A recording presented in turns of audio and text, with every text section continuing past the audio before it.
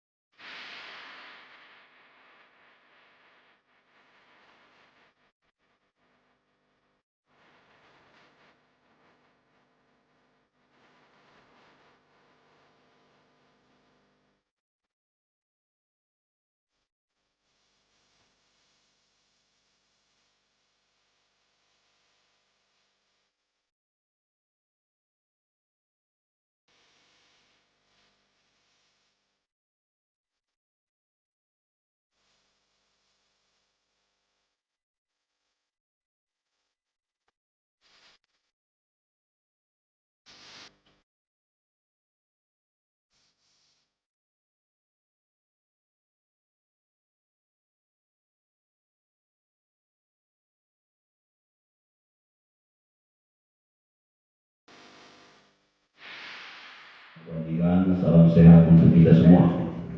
Alhamdulillah, kita bersyukur kepada Allah Subhanahu wa taala, Tuhan yang Maha Kuasa.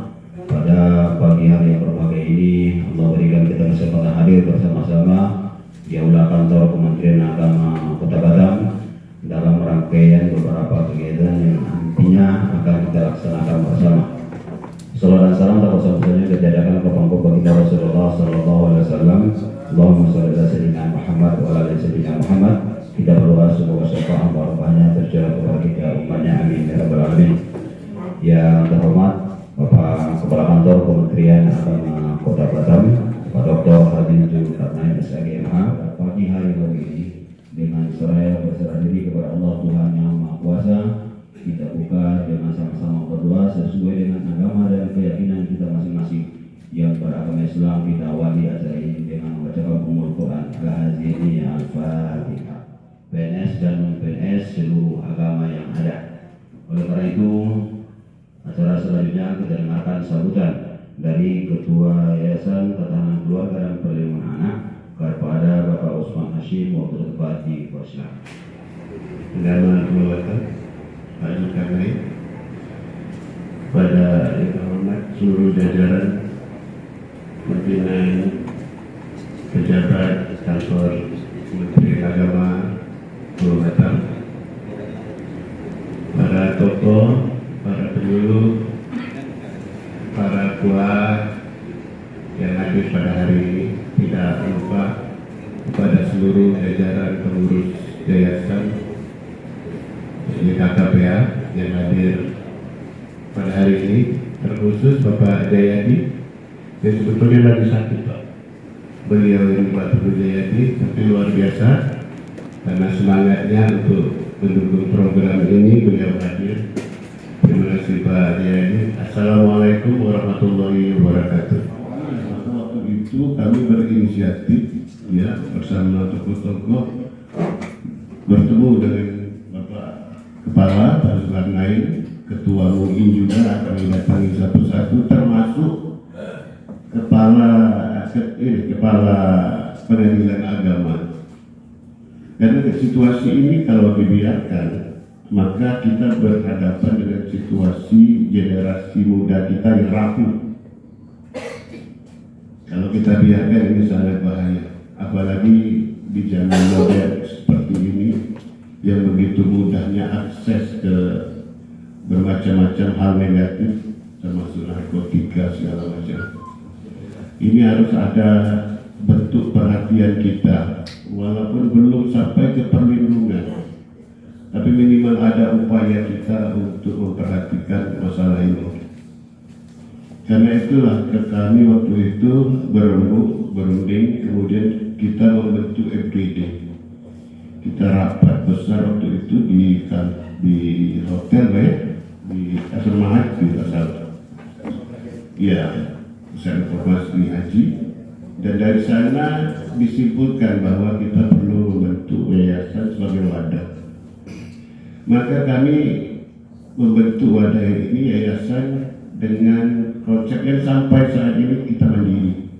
Kita tak minta bantuan dari pemerintah, karena kita tahu sudah beratnya beban pemerintah Kota Batam dan kantor pengadilan kantor Kemenak. Tentunya ini akan menjadi berat, maka kami ini berupaya semaksimal mungkin tidak memberatkan lagi. Jadi dari kami, dari masyarakat, dari tokoh-tokoh, kita membiayai sendiri untuk sebagai bentuk perhatian kami kepada masyarakat Batam. Karena itulah pada hari ini salah satu program yang sebetulnya kami tunggu, dan kami sebetulnya sudah sama Pak Zulkarnain sudah bicara sudah lama itu. Apakah ada kemungkinan untuk kita melakukan semacam proteksi ya, kepada keluarga-keluarga yang mau menikah, pranikah. Alangkah rentannya Bapak Ibu, apabila nak kawin mengundang bersibuklah dengan susah payah 500.000 orang undangan. Bila nak bercerai senang-senang ya, senang-senang aja bercerai. Kalau tiap hari kita lihat di depan kantor pengadilan agama berserak mobil di situ tiap hari. Apabila kita tanya apa masalahnya, masalahnya sepele-sepele. Aku cerai aja, ngikut. Karena dia minta pendapat tidak kepada ahlinya. Maka para penyuluh yang ada di Batam ini, kita harus memperkenalkan diri kita masing-masing agar masyarakat itu tahu di mana dia nanti nak minta nasihat. Yayasan kita kasih gratis, semua gratis. Ada masalah kita observasi. Oh ini keluarga ini dirasakan perlu bimbingan agama, kita minta bantu dari ini. Observasi lagi, oh ini yang perlu masalah kena mental ini, perlu psikolog, kita siapkan psikolog gratis.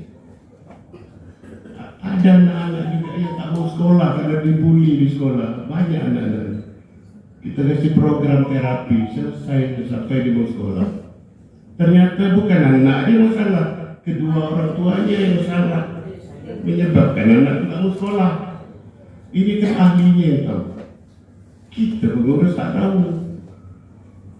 Nah itulah maka kita hadir agar masyarakat itu adalah tempat mengadu.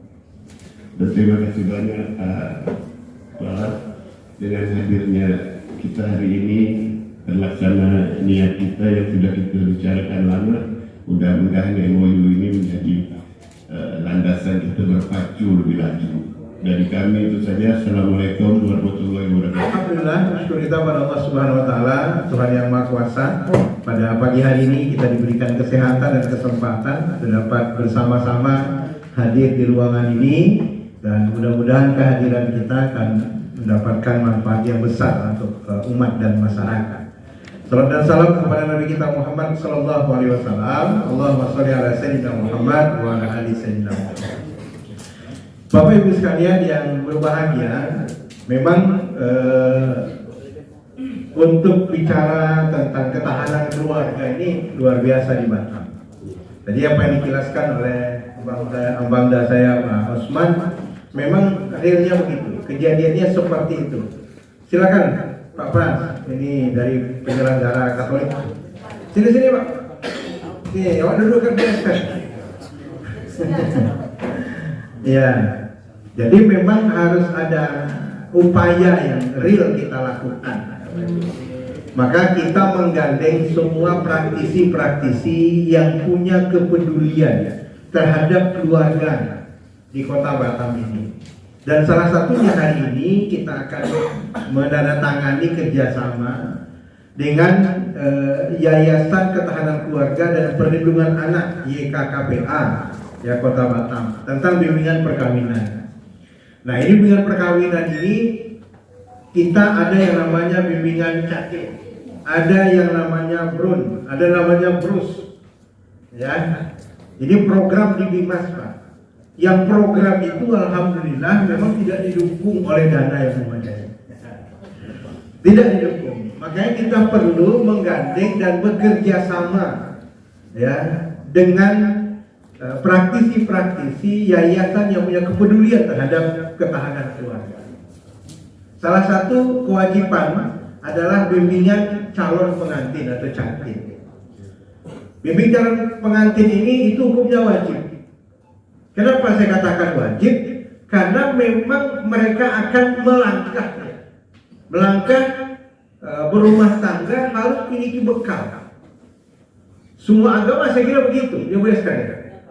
Pasti ada dibimbing dulu, tidak langsung ujuk-ujuk dinikahkan gitu, tidak. Bahkan di kantor KUA itu masih berlaku 11 hari atau 10 hari. 10 hari. 10 hari sebelum peristiwa nikah itu sudah mendaftar dan mendapatkan bimbingan.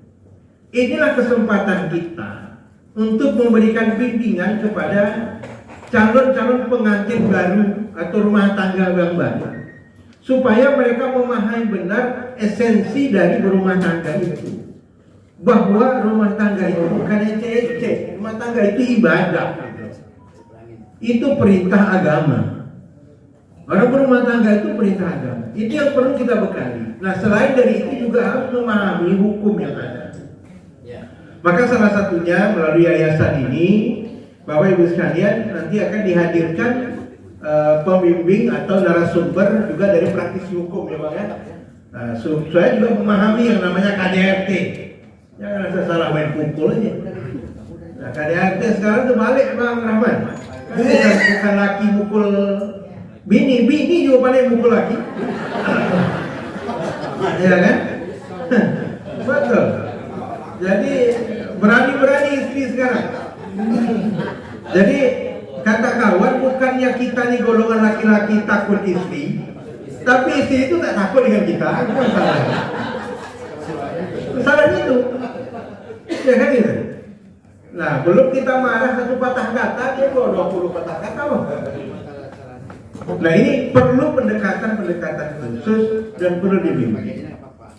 Nah, selain dari itu juga yang perlu kita perhatikan pasca nikah. Setelah mereka nikah, ini yang banyak terjadi. Terutama yang nikahnya baru dia bawa 10 tahun. Itu banyak persoalan. Termasuk tadi ceritakan ketika COVID, ya. Suami PHK harus minta cerai. Ini kan tidak memahami esensi keluarga. Ini yang harus kita perhatikan Bapak Ibu sekalian. Maka kerjasama ini sekaligus penyuluh ya. Saya bilang penyuluh kita ini harus menjadi pendamping dan pembimbing bagi keluarga-keluarga. Nah, ya jadi kalau di Islam, gitu ya, ini para penyuluh-penyuluh ustadz ini semua harus sering dan selalu bagaimana menyampaikan materi tentang ketahanan keluarga. Demikian pula mungkin di Kristen, di Hindu, Buddha, dan lain sebagainya, itu juga terus disampaikan bagaimana membangun rumah tangga yang kuat, punya fondasi yang kokoh. Sehingga apa yang disampaikan berita setiap tahun perceraian di Batam ini meningkat sampai 2000, juga luar biasa. Yang korbannya siapa? Anak-anak. Kenapa? Yang korbannya itu anak-anak. Dan trennya memang ketika orang tua bercerai, anak-anak yang terlantar. Ya. Jadi anak-anak terlantar ketika orang tuanya bercerai. Sekolahnya, ya, pendidikannya dan lain sebagainya. Apalagi orang tua, ayah umpamanya, mama tidak bekerja, ayah nikah lagi, itu anak sering tidak terpedulikan. Walaupun putusan pengadilan bahwa dia diwajibkan memberikan nafkah kepada anaknya, itu tidak juga dilaksanakan karena tidak punya hukum yang mengikat. Beda kalau di Malaysia begitu perceraian, itu negara langsung ambil alih. Kalau dia pegawai negeri, sekian gaji potong gajinya, siapa yang melihara anak ini? Mamanya di situ ditransfer, mamanya mamanya yang menjaga sebelum mamanya menikah, transfer ke situ. Kalau pamannya transfer ke pamannya. Ada jaminan. Di kita kan tidak. Sejauh ini. Itu yang membuat ketertarikan saya salah satunya ketika saya angkat disertasinya tentang itu. tentang hadonah pemeliharaan anak pasca perceraian. Artinya hukum kita harus kita lakukan rekonstruksi. Tapi sekarang tidak. Tidak. Nah, supaya jangan ribet, anak masuk ke pesantren, masukkan panti asuhan, selesai mak bapaknya. Tapi bagaimana dia di pondok pesantren, bagaimana dia di panti asuhan, bagaimana dia pengasuhan, orang tua nggak ada yang tahu. Ini yang membuat kita ironi, Bapak Ibu sekalian, prihatin terhadap kondisi keluarga. Maka kemarin saya sampaikan kepada Pak Kasih Bima, kalau BP 4 kita sudah selesai masa kepengurusannya, tolong dibentuk lagi. Dan saya ingin ini diperkuat. Jadi jangan BP 4 ini menuju dulu ke Adami ini. Nah, ini kan menuju ke Adami itu Bu Esther ada sama yang tidak adanya. Uka-uka. Harus semua organisasi itu harus eksis. Ya, kita dapat pikir ya. Tolong nanti rapatkan, ya, pilih pengurus baru, kita adakan rapat kerja lain sebagainya buat program bersama penyuluh-penyuluh ini semua. Sehingga langkah ini jelas, kurikulumnya jelas. Ya. Jadi tentang organisasinya jelas. Di BP 4 ini, subhanallah Bapak Ibu sekalian, dia harus diperkuat. Judul BP 4 itu Badan Penasehatan, Pembinaan dan Pelestarian Perkawinan. Nah, pelestarian perkawinan ini kan ingin nikah itu sekali seumur hidup, ya kan gitu, sekali seumur hidup. Nah, kematian yang memisahkannya, kan gitu Pak. Kalau bahasa itu indah sekali, ya kan gitu.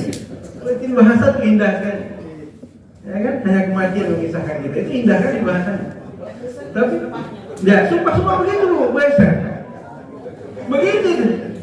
Ketika saya terima nikahnya itu, batu akad itu kan, itu sudah merupakan satu ikrar yang menggetarkan aras itu. Itu luar biasa itu. Ya Bu, ibu-ibu ini, tadi indah betul bahasanya. Maka jangankan masyarakat kita sendiri lah, harus sudah berikan penguatan terhadap kehidupan berumah tangga itu. Indahnya di situ, bahagianya di situ. Belum tentu di luar, di pekerjaan kita ini banyak beban, banyak masalah. Tapi begitu kita masuk di rumah tangga, ketemu dengan istri, ketemu dengan anak, semua itu hilang. Itulah hakikat bahagia. Tapi begitu udah mumet di luar, masuk rumah tangga tambah mumet, nah itu kacau. Itu cepat mati gitu. Banyak penyakitnya, ini penyakit sana, penyakit kan gitu ya. Kenapa? Karena tidak saling mendukung. Ini kita tanamkan kepada keluarga kita. Jadi tidak dapat kita bisa senyum di luar, banyak beban, tapi di rumah tangga kita bisa bahagia. Jadi ya, tapi saya tidak menggurui Bapak Ibu ya, ceritanya. Tidak menggurui ceritanya sekaligus Bapak Ibu kan ini penyuluh. Penyuluh itu bagaimana bisa memberikan, gitu ya. Memberikan suluh itu terang Mas. Suluh itu terang. Makanya filosofinya kenapa Bapak Ibu disebut penyuluh? Karena penerang. Kehadiran Bapak Ibu di tengah-tengah masyarakat itu menjadi lampu yang menerangi masyarakat, menerangi keluarga-keluarga, menerangi anak-anak, menerangi kehidupan masyarakat sekeliling dan di mana Bapak Ibu melakukan tugas-tugas. Cerah, ceria, terang. Itu. Nah, kalau lagi mau dibentuk IPARI ini kan? Nah, mau lanjutkan IPARI. IPARI udah ada lama, udah adanya. Tinggal melanjutkan. Ya, Ikatan Penyuluh Agama Republik Indonesia. Ini semua agama dalam ini. Nah, buat satu langkah. Alhamdulillah, Pak Bang Darahman, kita semua punya penyuluh. Punya Islam, Kristen, Katolik, Hindu, Buddha, kita punya semua. Konghucunya belum ada. Kita punya semua. Jadi kalau bergerak sama kan enaknya. Mengatasi masalah rumah tangga, mengatasi masalah masyarakat, mengatasi masalah keagamaan, ringan kerja Kementerian Agama, Pak. Kalau Bapak Ibu ini bergerak semua, Kementerian Agama ini ringan begini. Dan punya armada yang cukup dan lengkap. Nggak ada Pak kementerian selengkap Kementerian Agama. Maka Kementerian Agama ini adalah kementerian yang mulai mengurusin orang lahir sampai meninggal. Prosesnya semua itu Kementerian Agama. Betul Pak? Orang lahir, ya Pak? Nah, lahir itu diazankan, dikomankan, sampai ngurus dari agama. Nanti orang meninggal kita Pak. Nah, baru kifayah. Makanya saya pingin Pak Dirham, di aplikasi Madani kita itu ada satu aplikasi. Aplikasi itu aplikasi penyuluh khusus ya. Jadi begitu diklik umpamanya mau mencari penasehat pernikahan, muncul nama-namanya. Nah, nanti umpamanya Bu Sabriati Batu Haji, Bu Sabriati di Batu Haji nih. Yang nikah orang Batu Haji, jadi penyuluh Batu Haji. Nomor kontaknya siap. Orang mau akikah, minta doa, cari ustaz, gitu. Udah ada ustaz di situ dengan nomor telepon sekali. Nah, dan sudah ada sertifikat penyuluhnya. Kan gitu? Sudah terpercaya. Nah, ini nanti coba bikin Pak. Jadi ini kita sosialisasi masyarakat. Saya terpikir begitu. Oh, mencari Qori'ah. Kan gitu? Tinggal Qori'ah. Udah keluar alamatnya, naik. Oh, Sukupang. Qori'ah Sukupang ini ada Mariana segala macam terus ke bawah. Kan gitu, Pak. Masyarakat tinggal nunggu aja. Oh, kami mau hajatan.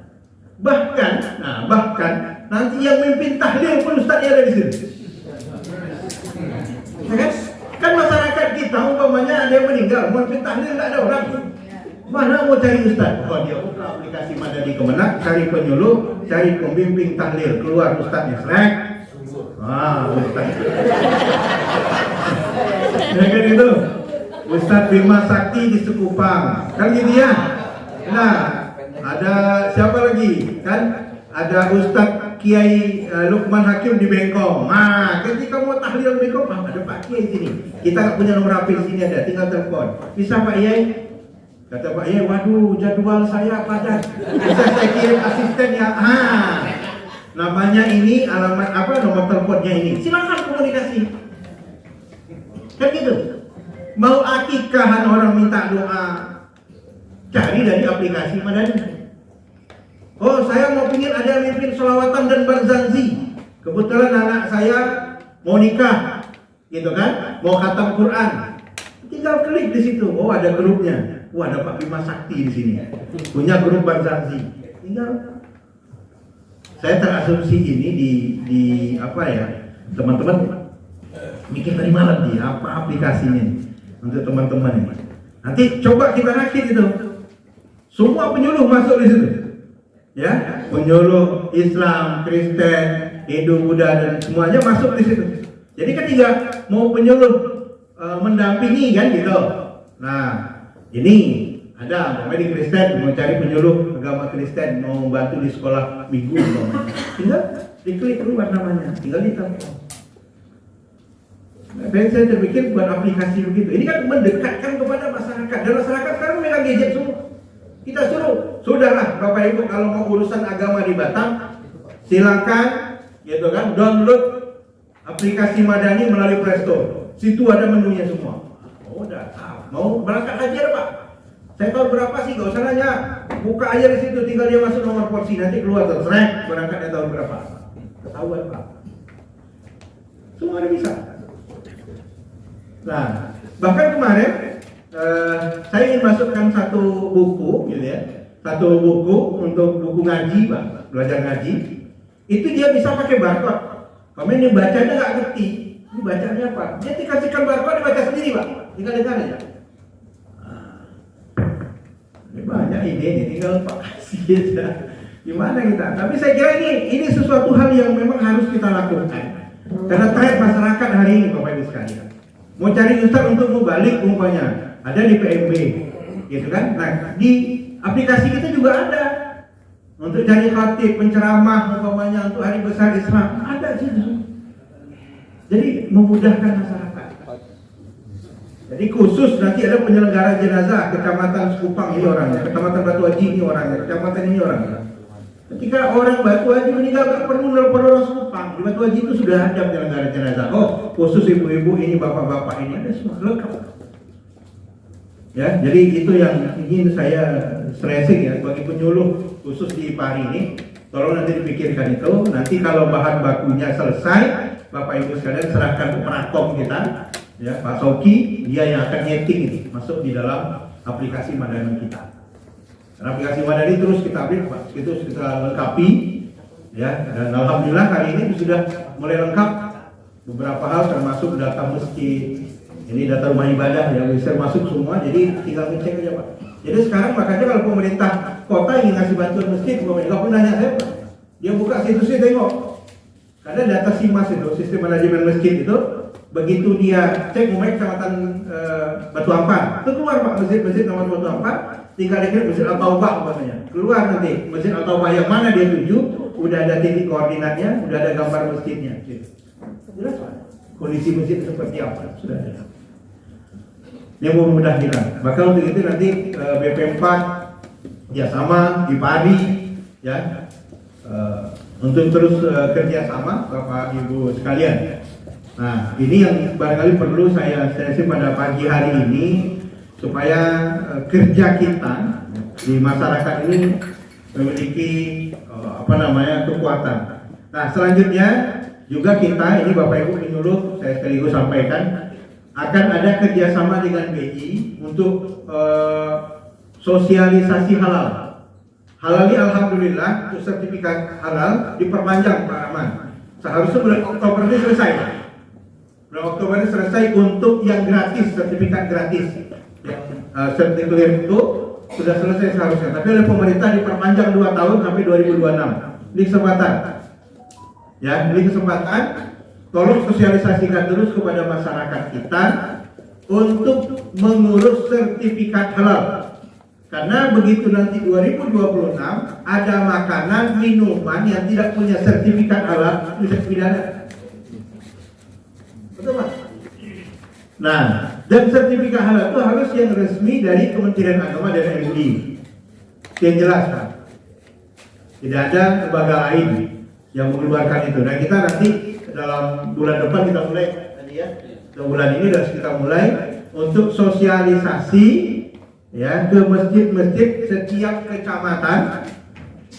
kecamatan untuk sosialisasi halal sekaligus juga pembinaan majelis taklim dan persiapan Haul Akbar Al-Hikmah 2025 akan dilaksanakan pada bulan Januari.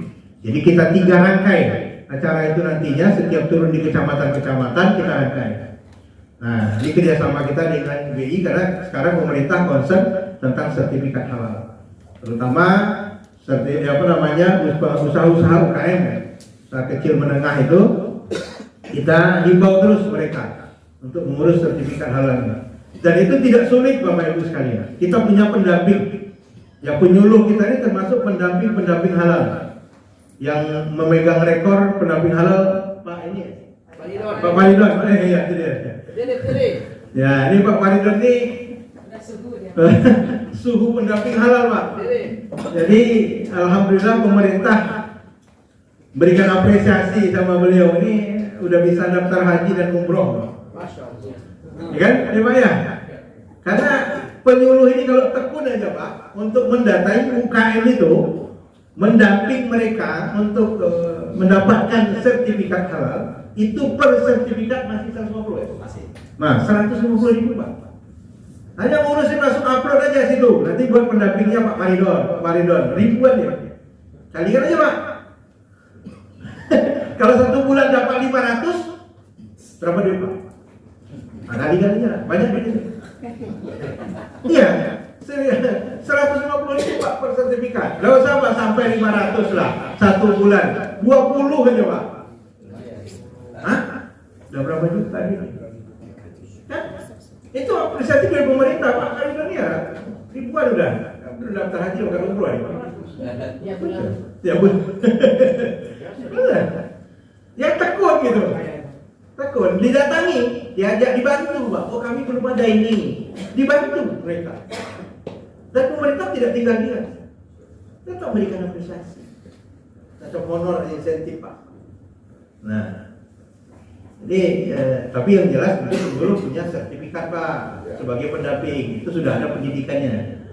Nah, tidak sembarang juga, sudah ditetapkan oleh Kementerian Agama Pusat, ikuti pelatihan kemarin secara online ya, pelatihan beberapa kali dapat sertifikat, maka namanya sudah terdaftar di pusat. Tapi begitu tidak masuk pendamping, Pak Ridon, oh, nah, tahu dah Pak, sudah ada ini ya, SK-nya penetapannya. Nah, langsung transfer gitu. Jadi Bapak Ibu sekalian, nah ini diperpanjang, ini saya informasikan diperpanjang sampai 2026. Jadi hari ini yang punya usaha kita dapilih terus. Bahkan kemarin juga saya bicarakan dengan Dinas Pariwisata, ya kalau Dinas Koperasi UKM sudah Pak, kita terus itu dan binaan mereka sudah mengurus sertifikat dan demikian pula di tempat-tempat wisata nantinya terus kita sasar sama Dinas Pariwisata. Dan tidak lupa kewajiban masyarakat untuk bayar pajak. Nah, jadi kita kerjasama juga dengan Dispenda. Nah, kita akan surat Dispenda berikan laporan. Itu kewajiban warga negara Pak, kepada negaranya. Kalau agama itu tidak haknya Pak. Nah, jadi Bapak Ibu sekalian, inilah beberapa hal yang bisa saya sampaikan pada kesempatan ini, dan ini kesempatan kepada Bapak KUA ya untuk menggunakan hasil kerjasama kita ini dengan Pak Osman melalui yayasan ya YKKPA ini untuk mendapatkan bimbingan. Jadi nanti kalau ada bimbingan sedang musyawarahkan ya, atau dijadwalkan. Pemain Ibu Baja kapan, Bengkong kapan, Sekupang kapan, nanti mereka ini turun Pak. Coba Bapak ini turun bawa narasumber. Ya, yang sudah selama ini intens dengan Sekupang ya Pak Ali Damrena. Dengan Sekupang sudah intens, dengan kecamatan-kecamatan lain ayo Pak. Nah, jadi Bapak Kua jangan pusing-pusing, macam mana konsumsi, macam mana honor, nggak usah. Itu udah ada di mereka ini. Nah, jadi Bapak ini ya KPA ini bawa narasumber sudah jadi tanggung jawab kita. Tinggal kerjasama nanti buat jadwal. Ini bentuk kerjasama kita. Ya, jadi Bapak KUA bisa dimanfaatkan dengan baik. Dan penyuluh-penyuluh saya berharap ikut hadir semuanya dalam kegiatan-kegiatan di KUA. Jadi termasuk bimbingan pernikahan diserahkan pada penyuluh-penyuluh. Baik, saya kira itu. Terima kasih sekali lagi kepada abang dan saya, ya Pak Osman, Pak Rahman dan juga Pak Jayadi dan juga teman-teman yang lain dari YKKPA yang sudah hadir, pada pejabat, Pak Kasih, Bu Kasih, penyelenggara, semuanya yang hadir. Ya, alhamdulillah lengkap pagi ini Pak. Kristen, Katolik, Hindu, Buddha, lengkap Pak. Begini. Ini Menteri Agama itu enak sudah. Agamanya sudah ada semua kan. Nah, paling enak sudah. Baik, terima kasih dan mohon maaf untuk wabillahi taufiq. Wassalamualaikum warahmatullahi wabarakatuh. Waalaikumsalam. Selamat pagi dan salam sehat untuk kita semua. Ada penandatangan MOU antara Yayasan Ketahanan Pangan dan Perlindungan dengan kantor Kementerian Agama Kota Batam. Dari lembar pertama di Park dulu Pak, baru nanti.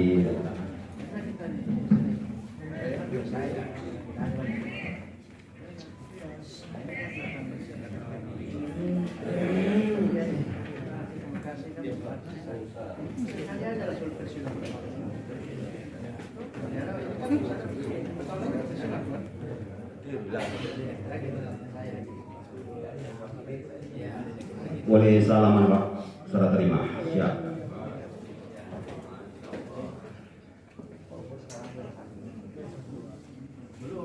Pak Peranjang dulu bro.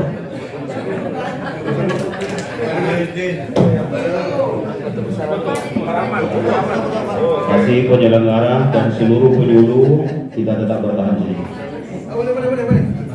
Foto dulu, silakan. Foto-foto bersama. Baik. Untuk memfasilitasi pembentukan penyuluh agama RI daerah Kota Batam, hari ini kita sudah fasilitasi dari penyuluh semua agama hadir di sini kecuali yang Konghucu. Oleh karena itu mic ini akan kita serahkan sepenuhnya kepada IPARIPW. Teknis pelaksanaannya bagaimana, apa yang dibuat acaranya disilakan. Siang dan salam sejahtera untuk kita semua. Bapak Ibu berbahagia, pertama sekali kita bersyukur kepada Allah SWT. Alhamdulillah kita dapat hadir bersama-sama di aula ini dalam agenda pembentukan Ikatan Penyuluh Agama Republik Indonesia. Mudah-mudahan pertemuan kita ini dirahmati oleh Allah Subhanahu wa taala. Kemudian kita sampaikan salam kepada baginda Rasul Muhammad SAW. Ucapan Allahumma shalli sayyidina Muhammad wa ala ali sayyidina Muhammad. Karena ini sifatnya musyawarah pembentukan IPARI Kota Batam, gimana teksnya? Ya, tentu kan ada pimpinan sidang. Pimpinan itu pertama unsur Bimas Islam. Saya berharap dari Bimas ada di sini satu duduk.